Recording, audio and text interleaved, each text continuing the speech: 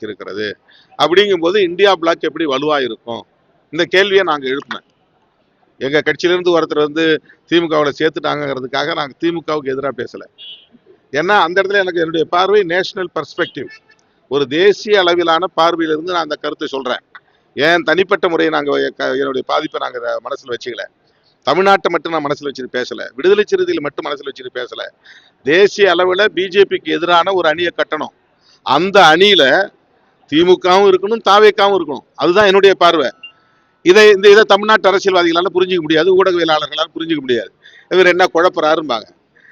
இந்த இடத்துல தாவேக்காவுக்கும் திமுகவுக்கும் எதிரும் புதிருமான நிலை இருந்தாலும் கூட தேசிய அளவில் பாரதிய ஜனதாவை எதிர்ப்பதற்கு, மதவாத அரசியலை எதிர்ப்பதற்கு, அவர்களின் சதி அரசியலை முறியடிப்பதற்கு உள்ளபடியே கொள்கை எதிரி என்று சொல்லக்கூடிய தாவேக்காவும் அதில் இருக்கணும், பிஜேபியை தொடர்ந்து எதிர்ப்போங்கிற திமுகவும் அதில் இருக்கணும்.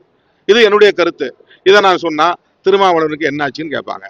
அது அவங்க புரிதல் உள்ள சிக்கலே தவிர என்னுடைய பார்வையில் உள்ள சிக்கல் இல்லை. இது சம்பந்தமா திமுகவுக்கு அழைப்பு விட்டீங்களா? இந்தியாக்குள்ள சேரும் அது பார்க்கலாம். அவருடைய பரிந்துரைக்கு நன்றி. நோபல் பரிசு கிடைத்தால் அவருக்கு நன்றி சொல்லுவார்.